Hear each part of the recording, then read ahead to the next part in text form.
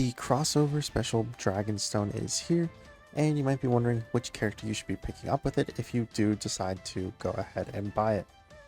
Now, I'll just go ahead and start off by saying, if you don't have some of these characters, it's always better to get new characters than it is to just dupe old ones, and every case is going to be different. So like, for example, if you have most every character here but you don't have hearts, I think it's just better to just pick up hearts than buying another dupe and a stronger character, just because of the fact that at the end of the day it's a collection game and these heroes units won't be back for another year.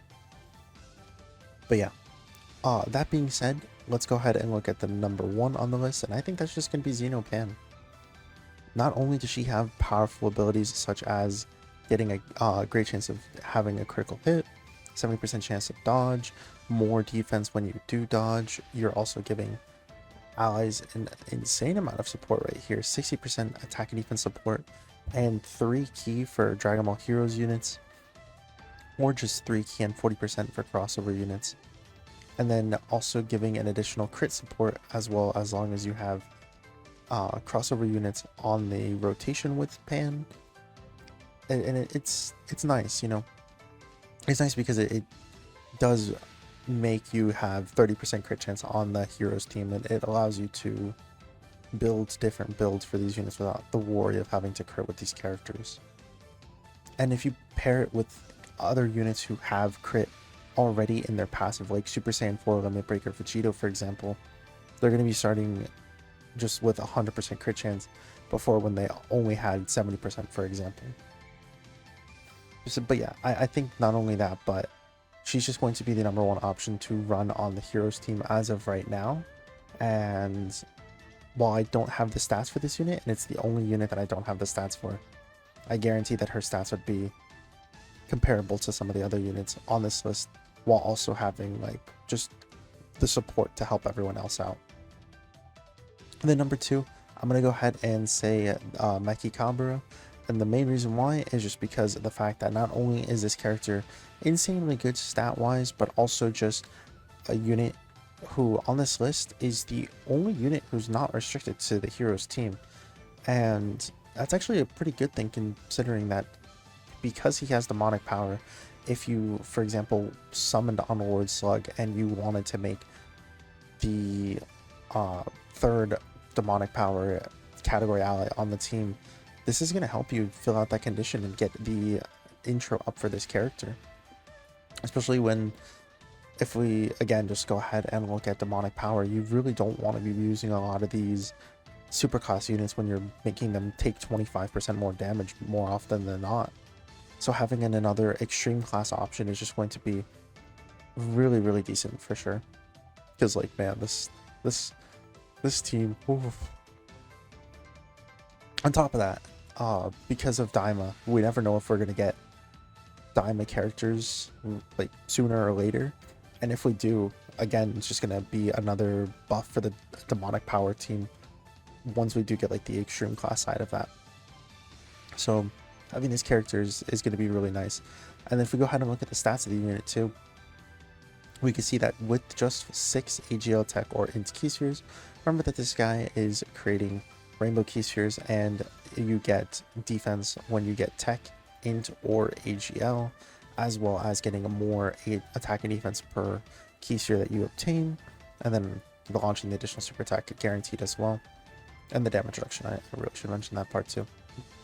So this guy is hitting 1.6 million attack and defense as long as you get 6 key spheres, and it's amazing. You know, it's amazing that bare minimum all he needs is 6 AGL tech or int key spheres, maybe 2 or 3 rainbow key spheres. Yeah, no, well, just 2 rainbow key spheres, and this guy is hitting 1.6 million defense with 20% damage reduction.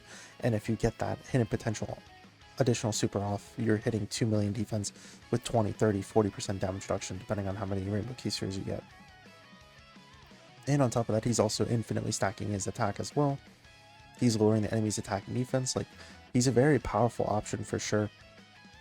And honestly, if it wasn't for the fact that I think that Pan is just going to age better because of the dodge, I would have easily put this guy ahead.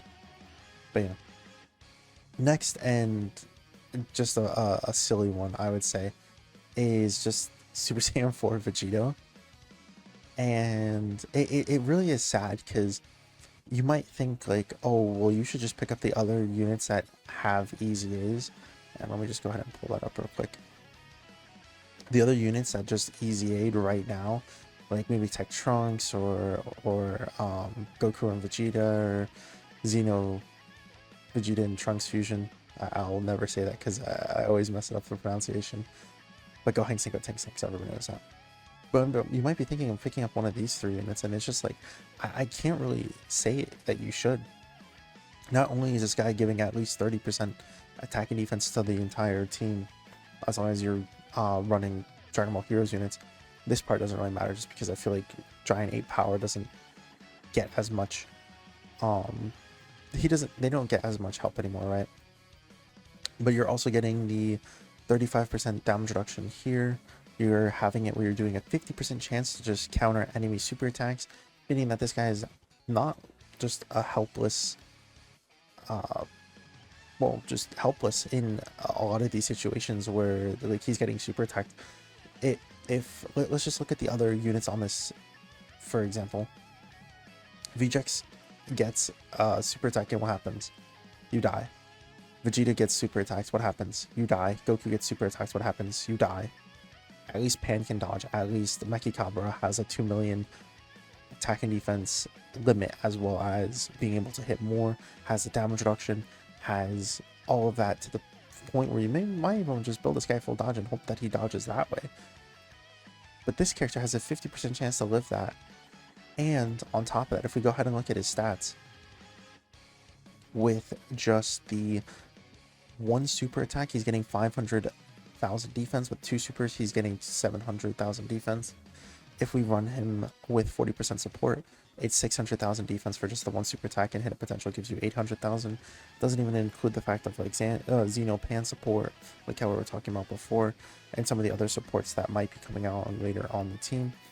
And I just wanted to show you too, if we go ahead and look at somebody like Goku, for example, who, like if we just compare stats wise, right? So in order for you to get the same amount of defense as the Vegito, you would have to do 2 super attacks, and while you could keep stacking, there is no other defensive mechanic in Goku or Vegeta's arsenal that would make them be able to live the super attack. You could get 2 million defense with the 40% support, as well as 6, 7, 8, 9 stacks. 9 stacks of super attacks. But guess what? This guy at least has the 50% chance to live stuff.